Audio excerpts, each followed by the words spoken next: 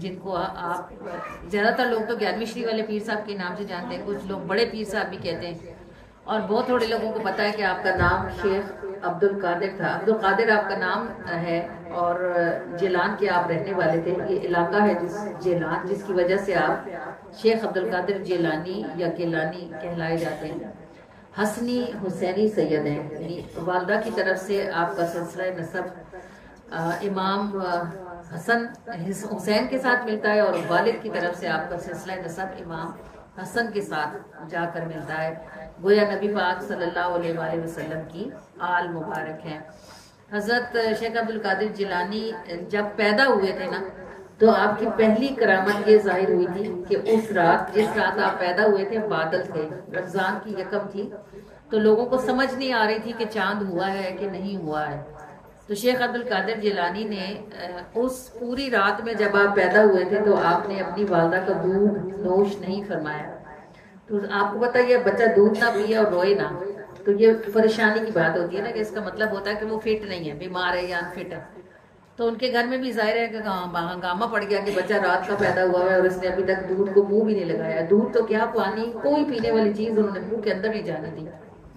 تو شام ہوتے ہوتے ظاہر ہے سب پریشان ہو گئے کہ چھوٹا سا بچہ ہے کہ خود بھی ہلکان ہو گیا ہے اور کچھ لے بھی نہیں رہا۔ جیسے ہی مغرب کی اذان ہوئی نا، انہوں نے فوراً جو کہ منہ میں ڈالا گیا وہ انہوں نے پی لیا۔ تو گھر والے بڑے حیران ہوئے، اور پھر انہوں نے اس بات کو نوٹ کیا کہ یہ بچہ سحری سے لے کر افطاری تک پورے رمضان کے مہینے میں کچھ نہیں پیتا، اور جیسے ہی اذان ہوتی ہے تو پھر مغرب کی اذان کے بعد یہ اپنی ماں کا دودھ لیتا ہے۔ تو لوگوں کو پتہ چلا، گھر والوں کو پہلے، سب سے پہلے تو یہ بات ماں کو سمجھ آئی نا، پھر انہوں نے ان کے باپ کو بتایا کہ یہ جو بچہ ہمارے گھر پیدا ہوا ہے، اس کی تو بڑی شان ہے، یہ انوکھا ہے، یہ تو روزے رکھ رہا ہے۔ پیدا ہوتے ہی روزے رکھنے شروع کر، اور پورا مہینہ پھر آپ نے ایسے ہی نکالا کہ جب تک مغرب کی اذان نہیں ہوتی تھی، سحری سے لے کے مغرب کی اذان تک آپ اپنی والدہ کا دودھ نوش نہیں فرماتے تھے۔ وہ کہتے ہیں نا، اردو کا ایک محاورہ ہے، کہتے ہیں کہ پوت کے پاؤں پالنے میں ہی نظر آ جاتے ہیں۔ تو جن کی کوئی شانیں ہوتی ہیں نا، وہ شانیں ان کی بچپن سے ہی نظر آنا شروع ہو جاتی ہیں۔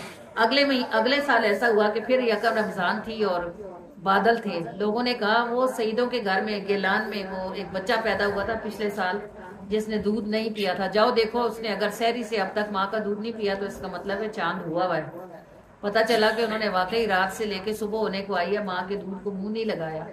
لوگوں نے پھر جب روزہ، سارے لوگوں نے پھر اگلے دن جب چیک کیا تو معلوم ہوا کہ رات کو چاند ہو چکا تھا، بادل کی وجہ سے نظر نہیں آتا تھا۔ یہ اللہ کے ولی کی شان ہے۔ اور حضور غوث اعظم علیہ رحمہ جب مدرسے بھیجے گئے تو جب قاری صاحب نے آپ کو پڑھایا، اعوذ باللہ من الشیطان الرجیم، بسم اللہ الرحمن الرحیم، پڑھو الحمدللہ رب العالمین، تو انہوں نے الحمدللہ پڑھی، پھر الف لام میم پڑھی، پھر سیقولو پڑھا، پھر تلک الرسول پڑھا، پھر لن تنالوا والمحسنات لا یحب اللہ واذا سمعوا ولو دنا، یعنی وہ 18 سپارے پڑھ گئے۔ پہلے دن جب مسجد گئے 18 سپارے پڑھ لیے۔ تو قاری صاحب بڑے حیران ہوئے، جن کے پاس بھیجا گیا تھا، انہوں نے ان کے گھر پیغام بھجوایا کہ آپ نے اس بچے کو پڑھنے کے لیے بھیجا ہے یا پڑھانے کے لیے بھیجا ہے؟ تو والدہ نے فرمایا کہ آج پہلا دن ہے مدرسے میں، ہم نے تو سکھانے کے لیے بھیجا ہے۔ انہوں نے کہا یہ 18 سپاروں کا حافظ ہے، 18 سپاروں کا حافظ ہے، 3.5 سال 4 سال کی عمر میں۔ تو پھر ان سے شیخ عبد القادر جیلانی، اس وقت تو بہت چھوٹے بچے تھے نا، اس وقت تک تو عبد القادر ہی تھے، یہ باقی القابات تو پھر جیسے جیسے اللہ نے شان نوازی لوگوں کو پتہ چلا تو پھر ہوئے۔ تو ان سے پوچھا گیا کہ عبد القادر یہ 18 سپارے کب یاد کیے ہیں؟ انہوں نے کہا میری والدہ کو 18 سپارے یاد تھے، میں اپنی ماں کے پیٹ میں سنتا رہتا تھا اور وہ پڑھتی رہتی تھی، تو میں نے یہ 18 سپارے اپنی ماں سے سن کے ان کے پیٹ میں ہی حفظ کر لیے۔ تو دیکھیں جب ماں فاطمہ ہوتی ہے نا تو پھر لال بھی سخی حسین ہوتا ہے۔ آپ کو معلوم ہے نا، کان ہوتی ہے نا، کانیں ہوتی ہے نا پہاڑوں کے اندر اور زمین کے نیچے، تو جو کوئلے کی کان ہوتی ہے اس میں سے کیا نکلتا ہے؟